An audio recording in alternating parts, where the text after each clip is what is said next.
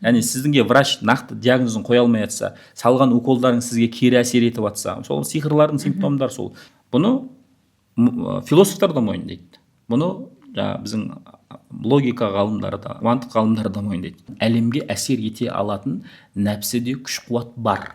Құндылықтар ауысып кетті. Енді сен мына дүниеге материаліне байланып қалсаң, осы дүниеден шықпаймын деп, оны жасай алмайсың әрине. Күніне неше рет? Абу Бәкір болсаңыз 3 рет оқысаңыз жеткілікті. Түп тамырда бүйтіп тығылып, сіңіп жатып қалған сиқырдың бәрін Алланың қалауымен көтереді сыртқа. Яғни бір шешілмей жатқан түйіндер болып жатса өмірде, сол түйіндерді шешетін нәрсе сіз өзіңізге бір қимайтын бір дүниені Құдайдың жолынан істеуіңіз керек. Сосын бұл сиқырды кетіру үшін, енді сиқыр деген нәрсе бірінші кезекте адамның санасын улайды. Алланың мейірімі қамтымаған нәрсе жоқ. Ассаляму алейкум, сәлем достар, баршамызға Алланың сәлемімен игілігі болсын. Достар, қазіргі етек алған рухани әлсіздіктің салдарынан дуа, сиқыр, тіл, көз түрлі зиянкестердің көбейгендігіне орай өткен жолы Бекжан ұстаздан керемет подкаст сұхбат алған болатынбыз. Соған орай сіздердің де көптеген сұрақтарыңыз туындады. Сол сұрақтарды біз алып, жинақтап, оны ұстазға арнайы қойған едік. Керемет жауаптар болды. Онымен алдағы уақытта бөлсеміз, ал соның ішінде және біздің де өзіміздің сұрағымыз болды. Жалпы мына үй жағдайында қарапайым адам, ешкім бара алмайтын, мүмкіндігі жоқ адам не істеу керек, ол өзін қалай емдеу керек деген сұраққа Бекжан ұстаздан керемет жауап алдық. Еш жерде айтылмаған, ешкім әлі айтпаған сол бір жауапты біз арнайы бөліп алып, бүгін сіздермен бөліскіміз келіп отыр. Ол үшін біздің арнаға тіркеліңіздер, лайк басыңыздар, пікір жазыңыздар және жақындарыңызбен бөлісіңіздер. Жақсылықтың барынша көп болуына атсалысайық. Ал қазір кезек Бекжан ұстазда. Қараңызда, кей кезде адамның рухы бітеді да, шаруасы бітіп, адам өзі саналы түрде беріледі. Сөйтеді да, келіп молданы оқытуға келеді. Енді ол кезде ол молда оған тірілте алмайды, ол өзі саналы түрде сол нәрсені уже шайтандар оны уәсуаса қылып бітті да шаруасын өзі беріліп қойды. Оны тірілту үшін білмеймін, бір Абдулқадыр Жейлани сияқты әулие келіп тіріліп кетпесе, оны біз сияқты мына қарапайымдардың демі оған әсер етпей қалу, шаруасы бітті. Сол үшін ондай деңгейге жетпей тұрып, адамның өзінің оң соңын қарай алатын жағдайда медицина көмектеспей жатыр ма, саналы түрде барып дем салдыру керек болды.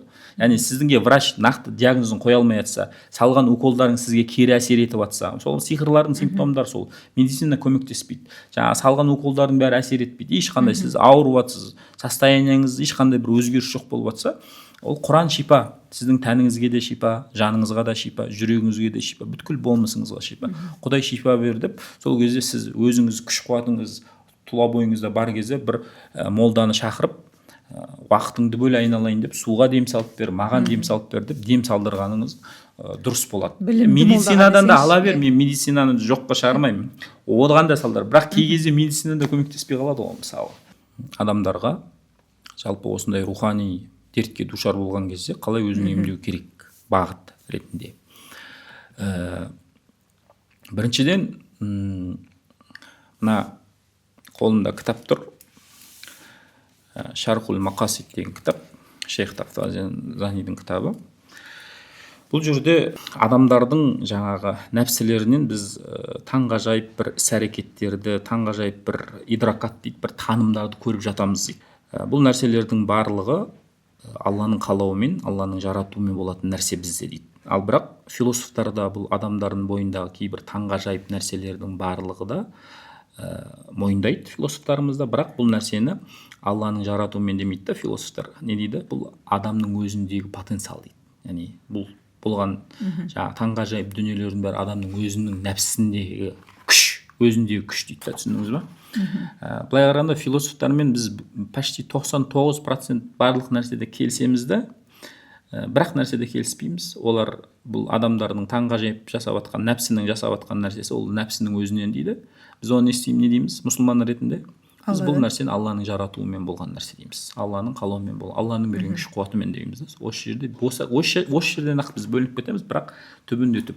Ол қандай нәрсе деген кезде, инна нафса қад якуну лаха қуату тасарруф фи ғайри баданиха. Расында кей кезде адамның басқа бір денеге әсер ете алатын күші бар дейді.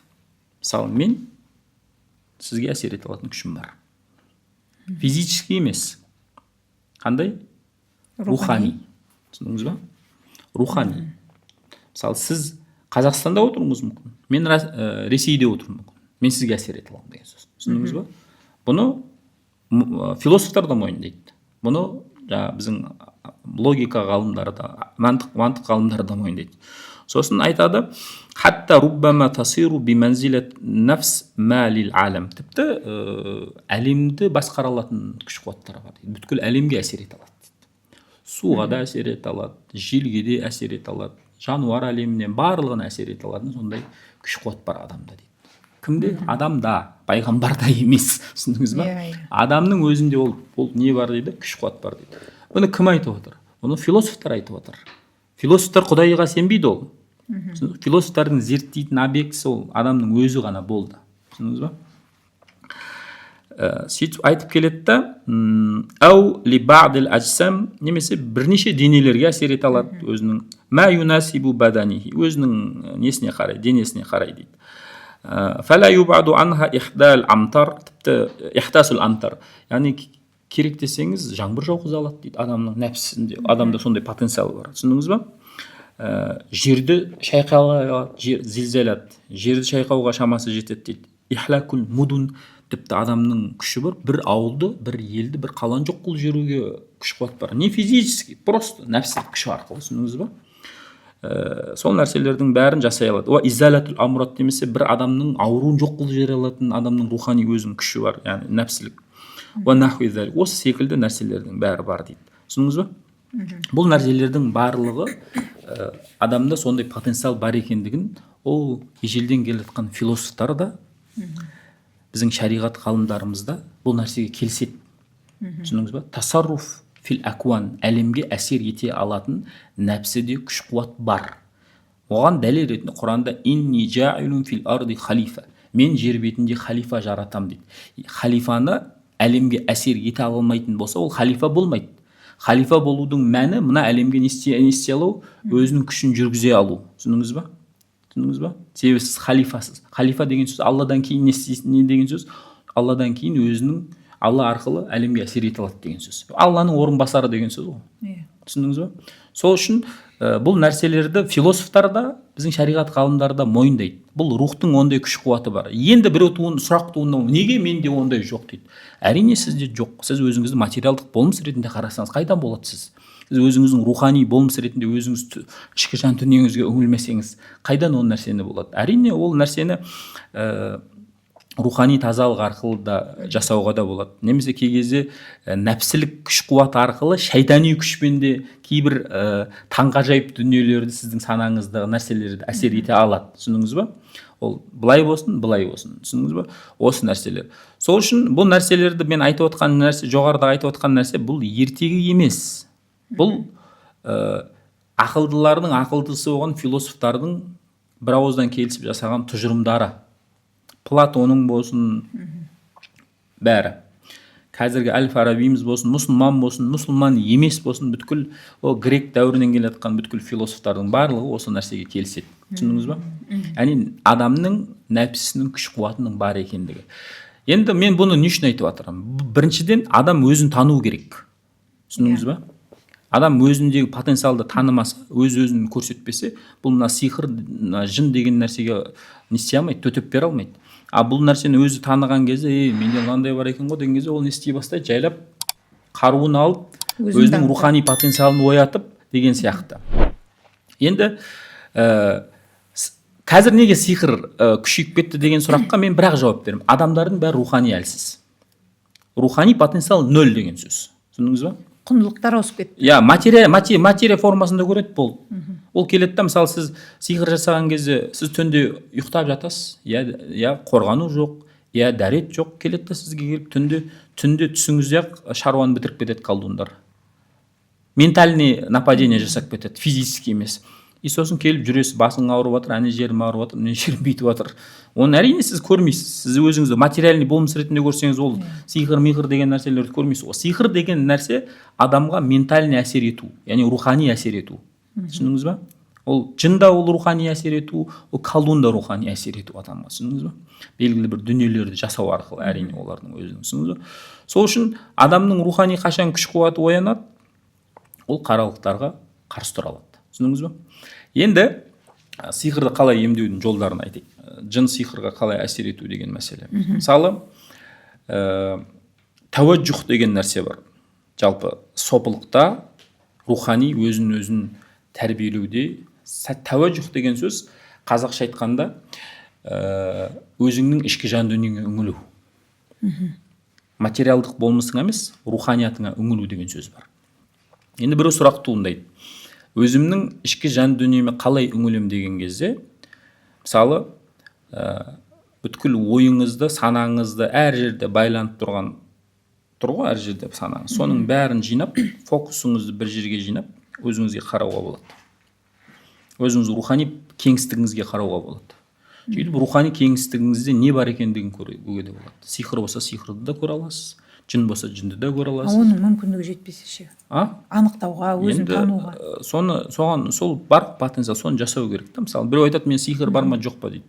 Мен ол адамдарға айтамын, логикаңды өшір, көзіңді жұм, дұғаңды оқы, өзіңнің рухани кеңістігіңе қарай, көресің кім бар, кім жоқ екенін. Көре жатыр адамдар, ол ешқандай қиын нәрсе емес.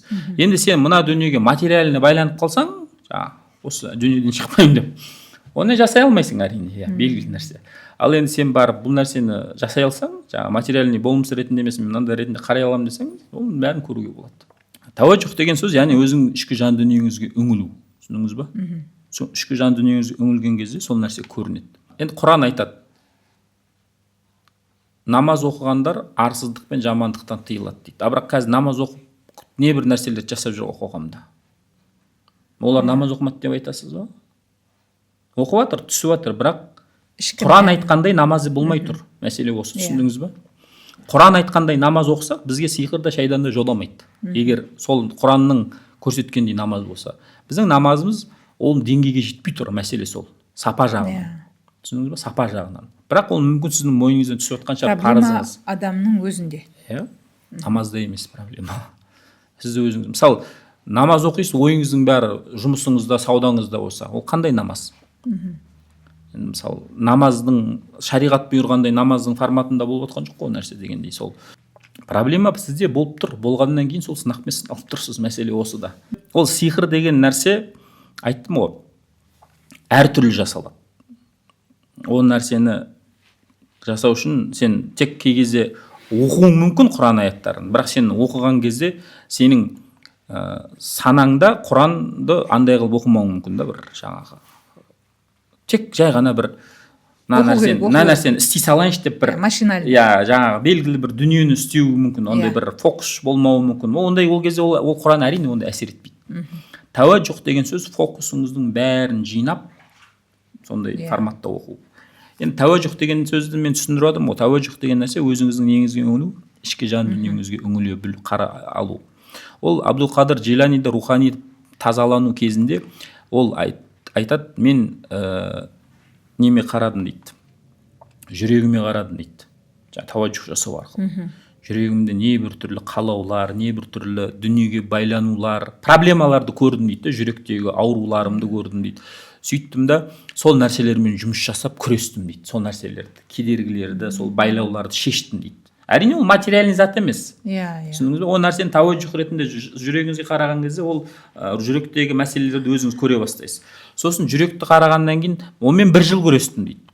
Екінші жыл қарадым, нәпсіме қарадым дейді. Сөйтіп нәпсіме қарасам, нәпсімнің қалаулары тұр, небір жаңа нәпсінің дерттері тұр, шайтаным тұр, жаңа Құдай бекіткен қарин деген жын бар ғой, ол асау дейді жаңағы. Онымен 1 жыл күрестім дейді. Сол нәпсімнің нәрсесімен дейді. Сөйтіп 1 жыл күрестім да, сөйтіп қарасам, нәпсімнің қалауларын өлтіріппін дейді, ауруларын емдеппін, шайтанымды мұсылман қылдым дейді. Түсіндіңіз ба? Яғни бұның бәрі не жемісі? Ішкі жан дүниеге үңілу. Түсіндіңіз ба? Бұл сопылар осылай не істейді? Мысалы, бұның бәрі физически жаңағы жаттығу жасайсыз ғой барып, жаңа неге спорт залға барып. Бұл физически емес. Бұл міне ішкі жан дүниеңізде болып жатқан нәрселерге, арпалыстарға сіз күресіп, соған төтеп беру деген нәрселерді айтады. Сөйтіп Абдул-Қадыр Джилани өзінің әулиелік деңгейге қалай жеткендігін ол өзінің кітаптарында айтады. Енді сол сияқты тәуәжжүх жасайсыз. Енді мен барып бұл жерде сіздің бойыңыздағы проблеманы анықтау үшін денеңізге қарасаңыз, денеңізде не бар екендігін Алланың қалауымен көре аласыз. Енді көрдіңіз, анықтадыңыз. Енді сізге мен не берем? Кәфирун деген сүрені берем. Кәфирун деген сүре ол өте мықты, кез келген жынды, ібліс болсын, іблістен үлкені болсын, кішісі болсын, сол сиқырды жасаған сиқыршыға оқтай тиетін, соларды өлтіріп жоқ қылып жібере алатын үлкен қару. Түсіндіңіз бе? Кәфирун. Иә. Аты не деп тұр? Аттарының өзі қандай? Аллаға қарсы шыққандарға деген сөз, түсіндіңіз бе? Енді Аллаға қарсы шыққандарға, Аллаға қарсы шыққан нені оқу керек? Аятты оқу керек. Соларға оқ болып тиіп, соларды жоқ қылып жібере алатын күш ол. Енді кәфирунды сондай күштеп сөйтіп оқысаңыз, бұл кәфирун барады да оқ болып қадалады. Сыртындағысы болсын, ішіндегісі болсын, басқасы болсын, бәрі болсын, бәріне әсер етеді. Түсіндіңіз бе? Ал енді барып кәфирунды ондай күш ретінде емес, жай ғана әйтеуір күнде 100 рет ана молда оқыды ғой деп, құл я юхал кәфирун деп бүйтіп әйтеуір оқысаңыз, әрине ол жай ғана не болып қалады. Жаңағы дұрыс емес, жаңағы зарядка жасағаныңдай дұрыс емес орындаған болады. Тәуәжжүх деген сөз фокусты жинап, қолыңда сондай бір абсолюттік күш қуат тұр. Құран ол абсолюттік аналогы жоқ күш қуат. Түсінесіз бе? Құран абсолюттік күш қуат, оның теңдесі жоқ. Түсінесіз бе? Сол күш қуатты Құдай сізге берді, өздерінің дұшпандарынан сақтану үшін. Түсіндіңіз бе? Сізді талап атқан шайтаныңыз үшін, нәпсіңіз, басқа адамнан болған шайтан болсын. Енді не істейсіз? Сол күш қуатты берді ма, сол күш қуаты ретінде қабылдап, солай оқу керек сіз, солай сеніп оқуыңыз керек. Сондай маған жасалған бүткіл жамандықтарын мен өздерін жоқ қылам деп осылай оқуыңыз керек. Мен тазалап, бойымдағы сиқырды осы кәфирун арқылы түп тамырымен жұлып шығарам деген осындай тәуәжжүхпен, осындай түсінікпен оқу керек. Бір сұрақ, осы мысалға тәжвидпен оқитындар, енді ол оқиды, ал енді мүлдем Құранды оқи алмаса, қазақша оқысын. Қазақша, арабша форматын, транскрипциямен арабшасын оқысын. Құл я юхал кәфирун қазақша жазылады, дұрыс па? Дәл солай оқысын қазақша. Бірақ сүре жетеді. Осы сүрені мен айтқандай сеніп оқысыншы. Әрине бір күн емес, бір уақыт керек. Мысалы, күніне неше рет? Қай кезде? Мен айта алмаймын. Көп оқу керек. Абу Бәкір болсаңыз 3 рет оқысаңыз жеткілікті. Енді ол деңгейде болмасаңыз біліп жатқан шығарсыз қанша рет оқу керек. Оның саны жоқ, мынанша. Өзіңізді ұмытқанша оқыңыз. Енді мен мысалы бір адамдарға беремін. Ал суға дем салып істесе бола ма? Ол да болады. Енді бір адамға осыны оқы дедім. Енді оқыған, енді бойында ғана сиқыр қозып шығып дейді. Өзімді не істеп қаттым дейді андай. Неден шығып кеттім дейді. Денемді басқа біреу басса, енді жындар қосып кеткен ғой. Сөйтті де сол кезде не істейін деді бір күн. Ол кезде не істейін? Жыныңды тәніңе бер де, өзің со стороны бақылап тұрып, сол жерде оқи бер дедім. Сөйтіп оқып. Ментально ойлап, иә? Кей кезде денеңді аналары күшейеді, сол басқарып кетеді, сіз мына жақта тұрасыз со стороны бақылап. Сондай со стороны тұрда оқи бер дедім. Қорықпа ештеңеден. Сондай жағдай болды ғой, сізде? Ой, құрсын, көбісінде сондай болады ғой. Мысалы, түсіндіңіз ба? Анау кәфирун қандай күрделі сиқырды болса да, түп тамырда бүйтіп тығылып, сіңіп жатқан сиқырдың бәрін Алланың қалауымен көтереді сыртқа. Түсіндіңіз ба? Сіздің руханиятыңыз тот басып, рухани кеңістігіңізде сіңіп, жаңағы жатқан, білмейсіз ғой енді ол нәрсені. Сіз рухани өңілмесеңіз, рухани кеңістігіңізде не отқан білмейсіз ғой. Сол нәрселердің бәрін жұлып шығарады. Кәфирун өте мықты. Мысалға, қажылықта Қағбаны айналғаннан кейін, мысалға, 2 ракағатта кәфирунды оқытады ғой, мысалға, соны оқуымыз керекпіз ғой негізі. Кәфирун сүресін, оны білемін, оны намазда қосып оқысаңыз да болады. Бұны кәфирунды дәретіңіз болмасын оқи беріңіз. Құран оқу үшін дәрет шарт емес. Жатып та оқыңыз, отырып та оқыңыз, жұмыс істеп те оқыңыз. Енді бірақ машина айдап жүрген кезде оқымаңыз. Себебі анау күшейіп кетіп тағы неғып кетуіңіз мүмкін. Басқа уақыттардың барлығында оқыңыз. Бірақ қандай оқыңыз? Ментально оқыңыз. Кәфирунды тіліңізбен оқытқан кезде тәуәжжүх арқылы, ой арқылы сіздің рухани кеңістігіңізге қарап, бойыңыздағы қаралықтарды шығарыңыз. Физически қалай шығарасыз? Оймен шығарыңыз. Полный денедегі шығаратын шығарып, лақтыратын лақтырып, қолыңызға ментально қылыш албаңызда ана жол рухани кеңістігіңізде әрине жындар болса, ол адам форматында көріне бастайды сізге. жаңағы дүниеден өткен әкеңіз болып көрінуі мүмкін, әжеңіз болып көрінуі мүмкін, атаңыз болып көрінуі мүмкін, немесе санаңыздағы бір жақсы көретін балаңыз болып көрінуі мүмкін. Оның бәрі ол жындар ол любой бейнеге ене береді. Соның бәрі не көресіз? Жолда бәрін өлтіресіз. Шауып тас-талқан шығарасыз да, бүткіл неңізді кетіресіз. Сосын солай жасадыңыз ба? Содан кейін жайлап ментальный зәм-зәм суға өзіңіздің тұла бойыңызды жуып шайыңыз. Білесіз ғой? Ментально жасайсыз оның бәрі. Кәдімгі суды аламыз, бірақ оны зәм-зәм деп есептейміз. Кәдімгі суды алмайсыз. Ментальный, бұл жерде материальный воздействие емес. Түсіндіңіз ба? Ментальный. Ойыңызбен зәм-зәм су тұрады. Сол зәм-зәм суымен үстіңізді шомылдырасыз, жуасыз, немесе бір ваннаға зәм-зәм су толтырып қоясыз да, ойыңызбен соған түсесіз да, бүткіл бойыңыздағы жамандықтардың бәрін зәм-зәм су арқылы жуып жатырмын деп солай жұмыс жасайсыз. Бұның бәрі ментальный, ой арқылы жасалады. Түсіндіңіз ба? Себебі сиқыр не арқылы келеді дедім? Ой арқылы келеді. Ой арқылы келеді. Енді соған сіз сол нәрсемен келді ме, сол нәрсе арқылы сіз өзіңіз жауап беруіңіз керек. Яғни оймен жұмыс істеу керек қой. Шындығын айтқанда. Ойды басқару керек. Сол нәрсені бір күн істерсіз, 2 күн, 3 разылып біткенше жасай беріңіз. Түгел жасай беріңіз. Бұл сондай нәрсе.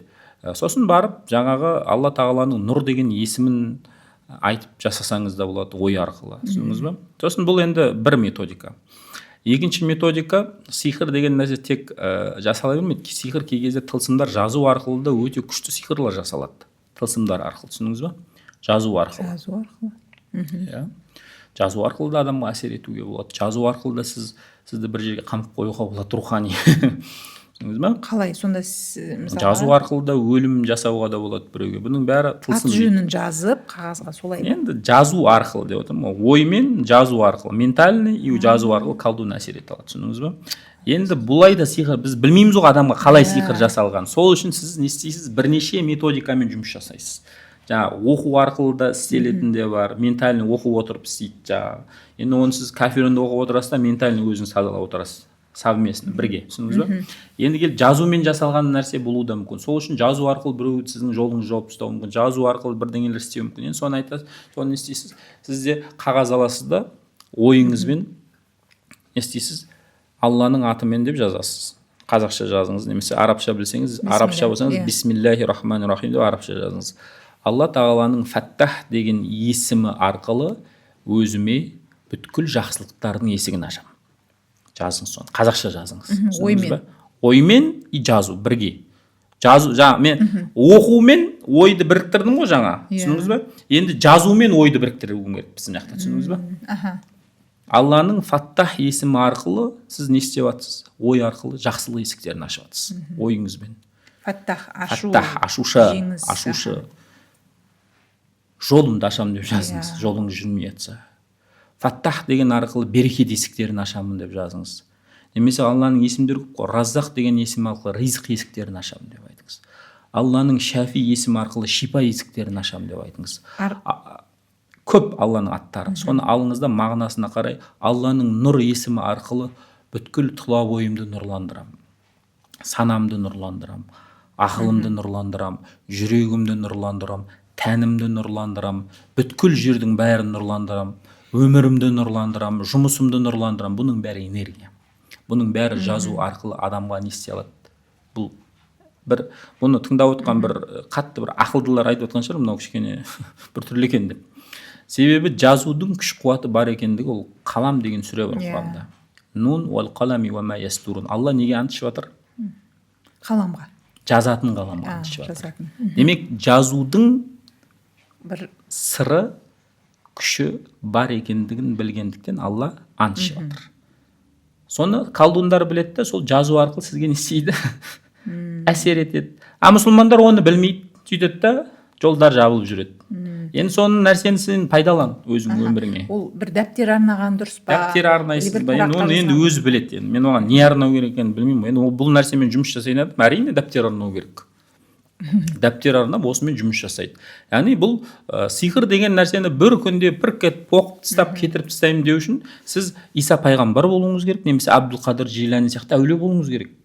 Түсіндіңіз бе? Ондай адам жоқ қой қазір. сол әулиелікті даладан емес өзіңіздің руханиятыңызда өзіңіздің потенциалыңызды іздеп өзіңізден шығарыңыз сол әулиелікті. Не аласыз біреуді іздеп анау маған оқып береді екен мынау оқып береді екен деп жүрмей өзіңіздегі бар нәрсемен жұмыс жасасаңыз сіздің барып жаңағы бір рухиға барып немесе бір емшілерге барып емделгеніңізден 1000 есе мына мен айтып отқан нәрсем артық. Оның барлығы Бұндай білімді ешкім айтпады әлі Қазақстанда, мен білемін бұл нәрсені. Дем кітабында бар ма? Дем кітабында бұл нәрсе нақты айтылмаған. Себебі енді мен оқып дамып жатырмын, бұл сәл әлі қатты дамымаған кезде жазылған кітап та. Бұл уже дамып уже белгілі бір әлі мен қазір мынандай әңгіме айтамын. Мүмкін мен 5 жылдан кейін вообще басқаша нәрсе айтуым мүмкін шығар. Мен зерттеп бір дүниелерді жасау Алла маған ашатын шығар. Мен білмеймін ғой.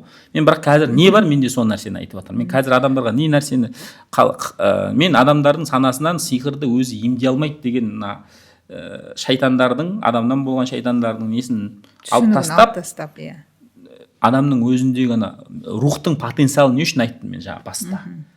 Сіз өзіңізге емес, сіз бүткіл әлемге әсер ете аласыз. Сол күш қуатты Құдай сізге беріп болған. Сіз сол күш қуатты өзіңізден оятыңыз, болды. Ендеше менің көрермендерім болса, біздің көрермендер YouTube арнаның бұны алғаш рет елімізде естіп отыр деп айта аламын ғой? Енді мүмкін. Енді бұрын кітаптарда тұр ғой, енді бұрын ғалымдарымыз айтып кеткен. Бірақ бұл нәрсені қазір айтып отырмын ғой, біздің қазір не үшін естімейміз? Потому что біз только өзіміз материалдық болмыс ретінде қараймыз. Көргенімізге сенеміз, ұстағанымызға сенеміз, искегенімізге сенеміз, болды. Басқа нәрсе жоқ бізде. Біз рухани болмыс деген 0 жоқ. Сөйтеміз де кейбір әулиелердің кереметтерін естісек, мынау сказка, мынау миф, не бастарың кетіп қалды ма, ауырып жатқан жоқсыңдар ма деп отырамыз солардың сөзін айтқан кезде. Әрине бұның нәтижесі не? Бұл дін дұшпандарының нәрсесі. Дін дұшпандары да бізді осындай рухани күшті болғанымыз қаламайды. Рухани күшті болғанымыз қаламағандықтан бізді келіп материяға байлап тастады, болды. Соның қазір жемісін көріп отырмыз, мысалы. Нәтижесі осы. Әлсіз болып тұрмыз сол. Үшінші емделу жолы, егер күрделі сиқыр шешілмей жатса, пайғамбарымыз саллаллаху алейхи ва саллям айтады, садақа арқылы ауруларыңды емдеңдер дейді. Яғни кез келген ауру емделмей жатса, адам өзінің нәпсісіне ауыр тиетін бір дүниесін Құдайдың жолына құрбан қылу керек. Бұл сол шешілмей жатқан түйіндердің шешілуіне не болады? Себепкер болады. Түсіндіңіз бе? Яғни бір шешілмей жатқан түйіндер болып жатса өмірде, ол мейлі ауру болсын, мейлі тағы да басқа да сиқыр болсын, көзге көрінбейтін түйіндер болып жатса, сол түйіндерді шешетін нәрсе сіз өзіңізге бір қимайтын бір дүниені Құдайдың жолынан істеуіңіз керек. Мен Аллахым саған құрбан қылдым. Сен осыны шеш. Саған бармағанда кімге барам? Сен көмектеспегенде кім көмектеседі маған? Саған келіп тұр, мен құл ретінде жәрдем сұрап тұрмын. Өзің маған жәрдем бер деп, осылай ниет қылып жасасаңыз, сол кейбір жаңағы мүмкін кей кезде жаңағы мен мына сөзімді түсінбей қалуым мүмкін, бір родовой проклятие деген нәрсе бар ғой, сондай бір кейбір сондай бір тұқымдарыңыздағы бір сондай кедергілер болуы мүмкін, оны білмейсіз ғой, ата бабаңыз қалай болған. Сондай нәрселердің бәрін жуып шайып жіберетін нәрсе, тазалап жіберетін нәрсе садақа ғой, осындай нәрсе. Сол нәрсені жасап жүрсеңіз өте керемет. Өз атынан ба, әлде ата бабаларының атынан? Өзінің атынан жасасын, болды. Оның сауабын ата бабасына да бағыштап жүрсін, ешқандай проблема жоқ. Оның сауабын пайғамбарларға бағыштап жүрсін. Оның сауабын бүткіл әлемдегі мұсылмандарға бағыштап жүрсін. Ештеңе де одан кем емессіз де. Өз атыңыздан да жасаңыз, сауабын пайғамбарымыздың рухына да бағыштаңыз, бүткіл мұсылмандарға да бағыштаңыз. Бәрін комба қылып жасауға болады. Кең болсаңыз, кең қылып беруге болады деп ой нәрсені. Тар болсаңыз, өзіңіздің тар қыласыз. Құдай кеңшілік иесі. Сол үшін Құдай тағала сіздің бір болмашы нәрсеңіз үшін кеңшілігіңізбен берген нәрсені бүткіл нәрселерге үлестіріп бере салады да, ол түк емес оған. Просто кең болуды үйрену керек Алла тағала. Сосын бұл сиқырды кетіру үшін, енді сиқыр деген нәрсе бірінші кезекте адамның санасын улайды. Санасын улап, сізді Құдаймен соғыстырып қояды. Түсіндіңіз бе? Құдаймен соғыстырып қояды, Құдаймен былай қарағанда ренжістіріп қояды. Түсінесіз бе? Ана нәрсені істеп жатыр, мынаны істеп жатыр, неге жоқ, неге сен, неге дейсіз да? Сіз сөйтіп жүріп, Құдайға ренжіп жүріп, Құдайдың тағдырына риза болмай, жаңағы сөйтіп жүресіз. Бұл нәрсе Құдайдан келетін нұрды сізге келетін не? Кедергі. Бұл нәрсе, түсіндіңіз бе? Сол үшін санаңыздан ана жындардың, шайтандардың енгізіп қойған құбыжық құдайын алып тастайсыз. Азаптағыш, жаңағы постоянно сынақ беретін, сізді бір қинай беретін, сәл бір өмірде қателессеңіз сізді тек азаптауға дайын тұратын, сондай бір санаңызда осындай құдайды қазір біздің кейбір құбыжық адамдар сондай құбыжық құдайды адамның санасына сіңіріп тастады. Бұл құбыжық адамның санасына сіңірілген құдайлар. Ол құдай жоқ, ол құдай ондай емес. Түсіндіңіз ба? Яғни сәл намаз оқымасаң болды, тұзаққа түсесің, қабір азабы бар, бүйту бар, анау сынап жатыр, мынау деп бір сондай. Ол құдай ондай емес. Неге? Себебі құдай туралы таным жоқ адамдардың. Сол үшін ол сондай құбыжық адамдардың идеология санасына кіріп кеткен. Ол құбыжық адамдардың шығарған құдайы. Ол нәрсені Қазақстанға кім алып келді? Вахабизм алып келді ол құдайды. Азаптағыш, тек сәл бір аяғың шалынса тек сынақ беріп, сені бір азаптауға дайын тұрған мына жақта бір құбыжық құдай тұр санаңда. Соның бәрін не істейсіз? Саналы түрде өзіңіз шығарасыз. Санаңызға өте ерекше, мейірімді, рахымды, кешірімді, 1000 рет кешірсеңіз, 1001 рет сізге мүмкіндік беретін, 1001 рет күнә жасасаңыз, 1002 рет, яғни сізге кешіруден шаршамайтын, мейірімін төгуден шаршамайтын, өзінің рахымдылығын беретін, аса қамқор, ерекше, мейірімі бүткіл әлемге қамтымаған, жері қалмаған құдайды санаға алып келу керек. Алланың мейірімі қамтымаған нәрсе жоқ. Түсінесіз ба? Бүткіл жерде бар. Оны сезіне білу керек адам. Оны сезінген адам құдайды солай таниды. Ал енді бар санаңызға құбыжық құдай сондай. 100 рет қателесіңіз, 200 рет қателесіңіз, Алланың алдына келіңіз. Қандай жағдайды болса да Алланың алдына келіңіз. Нәпсіңіз тежеп баратса да Алланың алдына келіңіз. Я Раббым, шамам жетпей жатыр. Енді сен үшін не алайын деп жатырмын, күш қуат жоқ. Сен бересің ғой күш қуат. Саған берген мен кімге келем? Саған мен ішімдегі болып жатқан мұңдарды саған айтпағанда кімге айтамын мен? Оны мен анаған айтсам, анау түсінбейді. Мынаған айтсам, ол түсінбейді. Ертең анау күледі. Мен саған айтамын деп. Бүткіл мұңыңыздағы барлығын құдайға бар. Міне бұл құл деген нәрсе осындай ғой негізі. Құл деген нәрсе осындай. Өйстіп сіз құдайға келе берсеңіз, құдай сізге мейірімін төге береді, нұрын төге береді. Бір күн емес, бір күн Абдул-Қадыр Жилани болып шыға келесіз. Бұның бәрі немен? Алламен байланыстың нәтижесінде. Бірақ адамдардың көбісі қазір Аллаға солай барып, Алламен қалай сөйлесуді де білмейді. Оған барып арабша айтудың қажет емес. Жүректің тілімен келулеріңіз керек. Осындай санаңызға құдайды алып келесіз. Сосын мен айтқан жоғарыдағы жаңағы кафирунды жазуды осылай жұмыс жасайсыз. Солай жұмыс жасаңыз, Алланың қалауымен бойыңызда бүткіл сиқырды өзіңіз қалай шешкеніңізді білмей қаласыз. Алла шешеді ғой, бірақ сіз сол күш қуаттың барлығын, сол мүмкіндіктердің бәрін Алла сізге осы нәрсені береді. Ал мына біздің күнделікті қолданатын аятул күрсі және қорғану мақсатында. Аятул күрси ол қорғану мақсатында. Фалақнас әрине ол сиқыр шешетін аят, оны оқысаңыз болады. Бірақ бірақ мына кәфирунның күші бөлек. Яғни әрбір аяттың өзінің сыры болады. Түсіндіңіз ба? Бұл жерде кей кезде сіз бір аятты оқуыңыз мүмкін, ол аят бір белгілі бір жағдайда ғана әсер етуі мүмкін. Ал бір аяттар болады, общий бәрі қамтып кететін. Ал кәфирун былай қарағанда бүткіл бәріне қамтылып кетеді. Бұл кәфирун былай қарағанда сиқырды да шешеді, сиқырдың сыртындағы сіз білмейтін бүткіл нәрселерге де әсер ете алады. Яғни бұл жерде оқыған кезде кәфирунды, я Раббым, осы кәфирун арқылы бойымдағы сиқыр, сол бойымдағы бақылап тұрған мына сырттағы жындар, соны жасаған колдундардың барлығына әсер ету мақсатында оқып жатырмын. Соларды өзің жоқ қыл, өзің талқан қыл, өзінің жамандығын өзіне алып кел деп Алладан сұрап, осындай күшпен оқу керек. Түсіндіңіз ба? Тек оқу керек те емес. Яғни обширно қамтылу керек. Түсініп. Тәуәжжух деген сол, бәрін қамтып кетіңіз.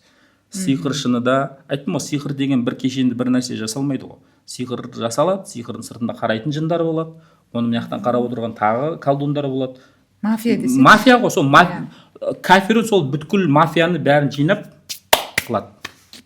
Керек десеңіз, тәуәжжух арқылы, ойыңыз арқылы Алланың құдіретімен ішімдегі, сыртымдағы бүткіл жындардың миын байлап, я Раббана Карим, осы кәфирімді соларға арнадым деп, яғни өзіңіздің рухани күш қуатыңызды беріп, солай сіз оларға әсер ете аласыз. Сіз осы айтып отқан кезде жын шайтандар сізден қорқып отқан сияқты менің ойымша.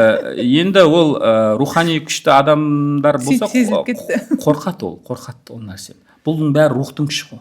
Сол рухтың, мысалы мен кейбір нәрселерді айтпай отырмын көп, мен оны потому что халық көтере алмайды, оны жасырып отырмын да былай қарағанда.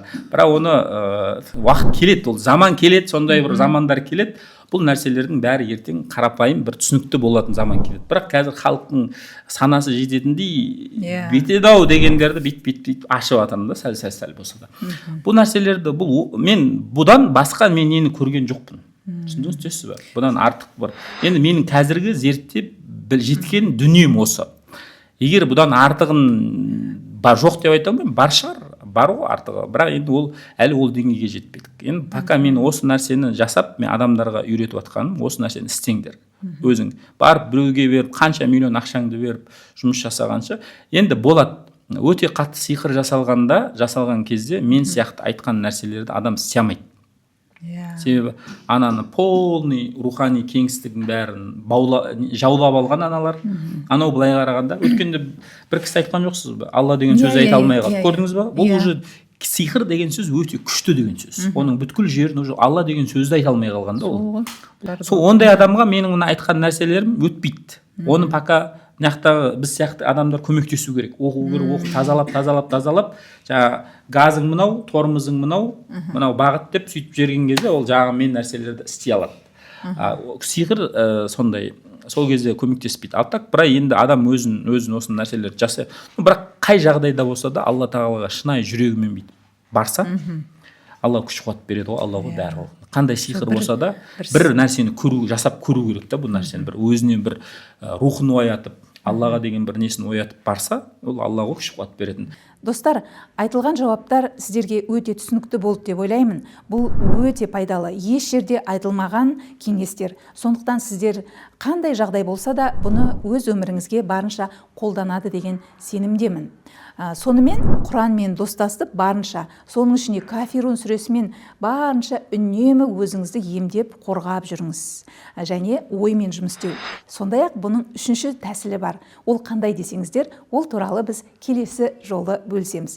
Ол үшін оны жіберіп алмас үшін біздің арнаға тіркеліңіздер, лайк басыңыздар, пікір бөлісіңіздер, бізді қолдап қойыңыздар. Бізді қолдағанды Алла қолдасын. Әрдайым амандықта болайық, Аллаға аманат болайық.